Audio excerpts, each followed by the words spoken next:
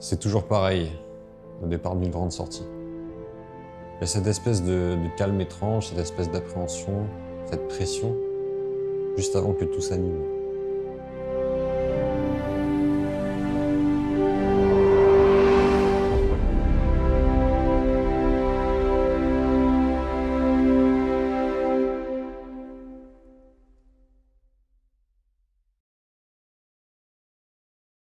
Cette année, j'ai embarqué sur quelque chose d'un peu fou, le Tour de l'Aude. 3 semaines, des étapes, des montées, du vent et de la chaleur. Et surtout, des moments qu'on n'oubliera pas. Mais le Tour de l'Aude, c'est pas juste un enchaînement de kilomètres. C'est une histoire, un rythme, une trace, et peut-être un souvenir à vie.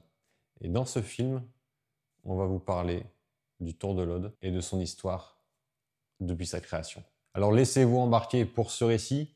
Bienvenue dans le Tour de l'Aude.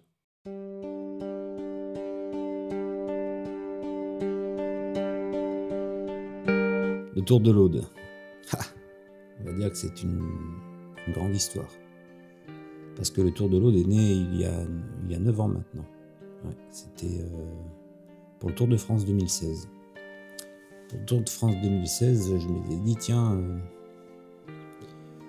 pourquoi pas faire quelque chose dans la Drôme? Parce qu'à l'époque, on était dans la Drôme. On habitait un petit village qui s'appelle toujours Cré, à peu près 25 km au sud-est de Valence. Donc on était au pied du Vercors. J'ai dit, c'est dommage de suivre bêtement le Tour de France à la télé. Donc j'avais fait 21 étapes. Cette année-là, j'ai fait 1730 km avec un peu plus de 25 000 mètres de dénivelé positif et le tout à 27 de moyenne. Et comme c'était la première année, personne ne me connaissait, donc j'avais fait ça tout seul. Alors le principe aujourd'hui il reste toujours le même, c'est-à-dire qu'on prend la distance de l'étape du Tour de France, donc l'étape du Tour de France du jour, et on la divise par 2, parce que d'abord on n'est pas des bœufs, mais par contre on garde le même profil de l'étape, c'est-à-dire que si c'est plat, on essaye de faire une étape plate, si c'est vallonné, on cherche une étape vallonnée, et si c'est de la montagne, on va chercher à faire un peu plus de dénivelé. Donc comme expliqué plus tôt, on était donc dans la Drôme, et les parcours sur Cré avaient la particularité d'être un peu plus variés qu'ici, hein, parce que donc il y avait donc toute la partie Vercors, tout ce qui est Saint-Jean-en-Royans, tout ce qui est Die, Col du Rousset, etc. Mais on était aussi au bord de l'Ardèche et on a pu y faire quelques incursions aussi en Ardèche, parce qu'il y a vraiment de jolis parcours de ce côté-là du Rhône. Alors j'avais vérifié sur mes carnets d'entraînement, c'était bien des tours de la Drôme à l'époque qui faisaient entre 1700 et 1800 km. Il y avait toujours au moins 25 000 mètres de dénivelé positif. Et c'était autour des 27 de moyenne, 26, 26, 5, 27. Voilà. Ça dépendait un peu des étapes du Tour de France. Ce qui m'a donné envie de faire le Tour de l'Aude cette année, j'ai plutôt délaissé le vélo à partir de 2020 quand il y a eu le Covid. J'ai retrouvé mon mental de l'époque un peu avant le Tour de l'Aude. Donc je me suis remis à pas mal rouler avant le Tour de l'Aude et je savais que ça allait être une superbe occasion pour reprendre la caisse, pour sécher aussi. Ça m'a permis de vraiment bien me remettre en forme. Après c'est vraiment comme une tradition maintenant, ça fait 9 éditions, si je dis pas de bêtises. C'est un truc, chaque été, voilà, ça arrive et on est là, on roule. Il y a beaucoup de choses très très agréables dans le fait de faire un événement comme ça. Voilà, c'est un ensemble de choses qui donnent envie de rouler sur le Tour de l'Aude.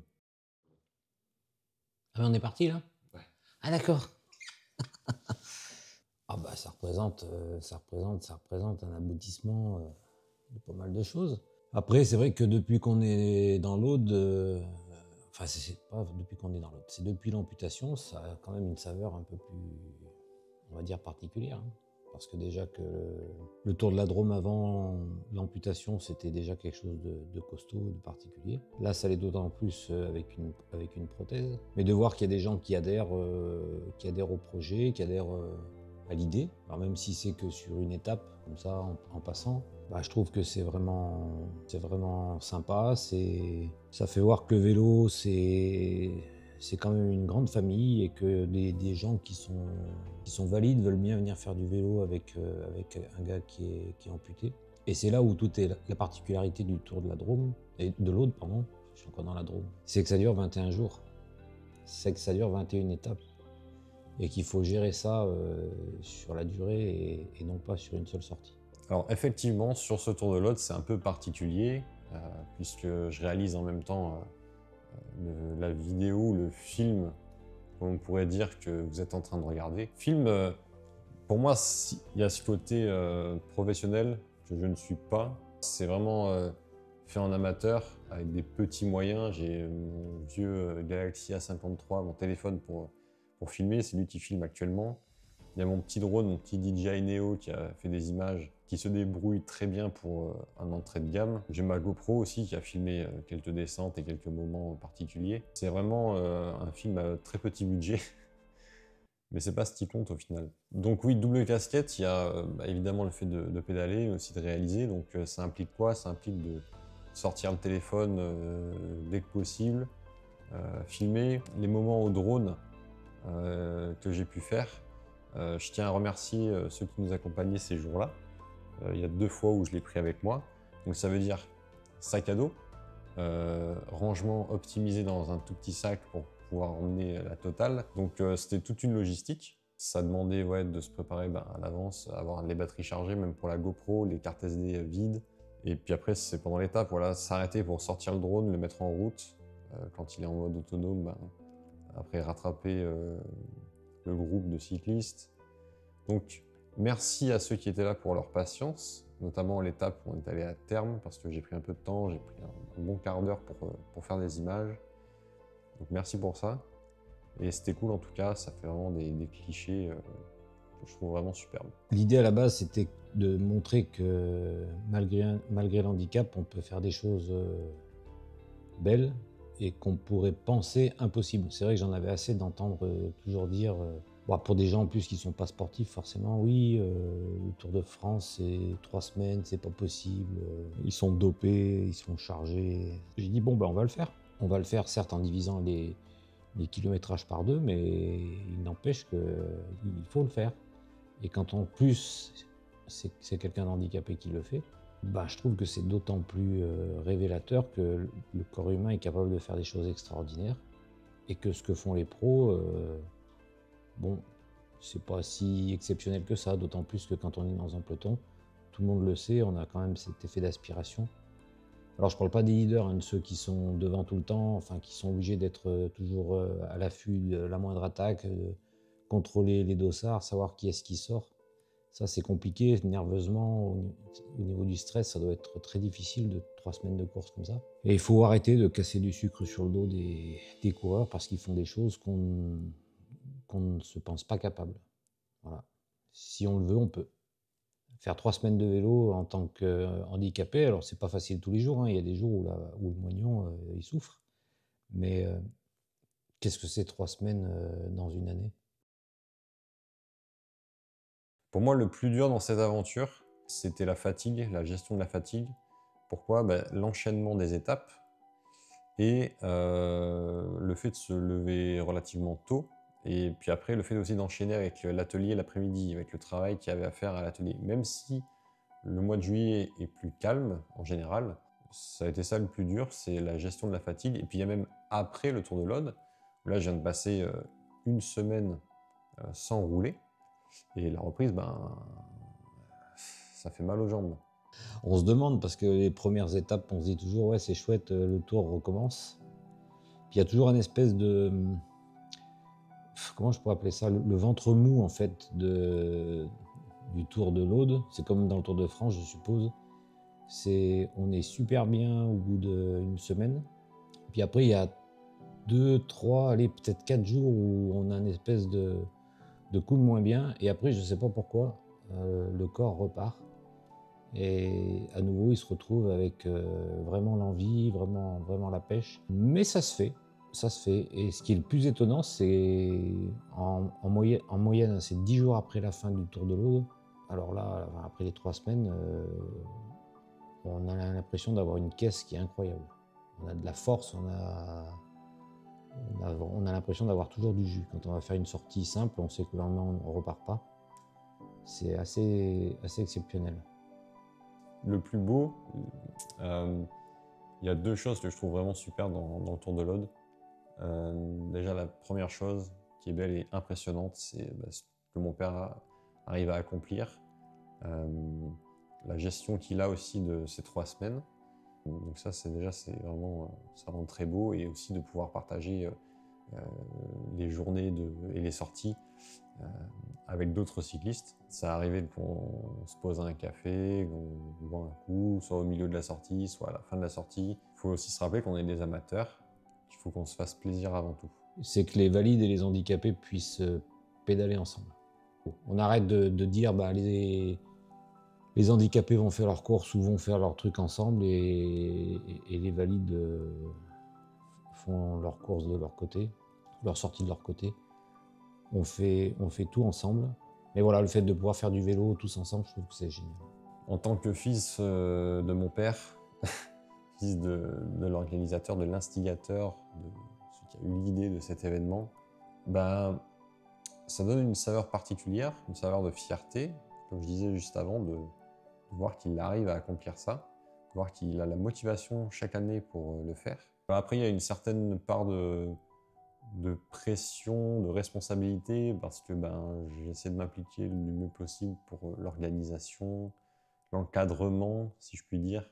Outre le plan purement sportif, c'est-à-dire faire la sortie de vélo, tout ce qu'il y a autour, j'avoue que c'est fatigant, parce que je fais un peu les choses tout seul.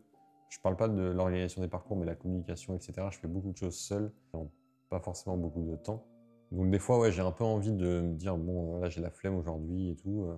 Mais bon, je me bouge pour faire quelque chose, parce que j'aime quand les choses avancent aussi. Et puis ça permet de produire du contenu comme maintenant, et ça, j'en suis vraiment très très content. On a toujours des souvenirs particuliers, une étape magnifique, comme cette année, là, quand on est allé sur Terme. Ça a été une étape, par contre, je dirais pas qu'elle a été exceptionnelle, mais elle restera quand même gravée, parce que les paysages étaient absolument magnifiques. L'étape était très difficile. Ouais, j'ai trouvé cette étape particulièrement marquante cette année. Dans la Drôme, il y en a eu d'autres, mais cette année, en 2025, celle de Terme était vraiment belle. Amitié, partage, convivialité. Voilà, ça doit rester... La vie est bien assez compliquée pour tout un chacun. Si en plus on doit se la compliquer sur le vélo, alors là, c'est pas possible. Donc, il faut vraiment que le vélo, ça reste un endroit où on peut s'échapper et où on peut vraiment prendre du plaisir. Bon, c'est pas moi qui vais avoir les mots de la fin. Et ça va être un peu une surprise pour mon père qui va voir cette vidéo. Cette vidéo, elle est pour toi, pour ton idée, ton implication, tes efforts, ce que tu fais pour moi. Donc je vais te laisser le mot de la fin. Moi, je vous dis, dans tous les cas, à une prochaine pour une autre vidéo. Merci d'avoir regardé celle-ci. Merci aux participants d'être venus, d'avoir accepté que je puisse vous filmer, etc. C'est vraiment, vraiment super. Le Tour de l'Aude, c'est pas juste des kilomètres, c'est un véritable défi. Et j'espère, on espère vous voir nombreux l'année prochaine pour les étapes à venir. Qu'on puisse partager aussi beaucoup de bons moments ensemble sur le vélo. Allez, je laisse la parole à mon père. Bon, tout ça pour dire qu'au final, on se rend compte que l'handicap n'est pas un frein, mais c'est tout au plus un ralentisseur. On s'adapte, mais on fait, on avance. Ne rien faire, c'est déjà reculer, c'est avouer qu'on a perdu. Et attendre que la vie se passe les bras ballants, ça, c'est pas dans mon tempérament. Alors merci à ceux qui m'ont accompagné dans cette petite aventure humaine de 3 semaines. Bon, alors je peux peut-être pas tous les citer parce que j'ai pas tout le monde dans la tête, mais je citerai Julien, Bertrand, Guillaume, Benjamin. Et bien évidemment, un énorme merci accompagné d'un gros câlin à Kélian, qui a une patience incroyable pour rester à mes côtés, alors qu'il aurait largement de quoi se faire plaisir. Mais il reste là, à côté, pour filmer, faire des photos, il va me chercher de l'eau, il revient sur la tête de course. Enfin, si on peut appeler ça une course.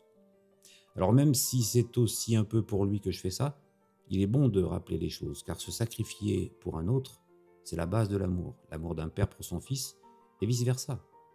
Le Tour de l'Aude est un marqueur dans la vie des gens qui se croient faibles, inutiles, bons à rien, sans amis, et qui, s'ils le souhaitent, au fil des kilomètres, peuvent retrouver cette force, cette joie, cette motivation qui est en chacun d'entre nous. Et je suis heureux d'être l'instigateur d'un tel projet, d'une telle histoire qui s'écrit année après année, et donc chaque participant peut laisser une trace, une marque, un mot, pour m'aider à moi aussi à me reconstruire. Je vous aime tous et je vous dis bon ride à tous et à l'année prochaine. Got a long way to go before I reach the light of day.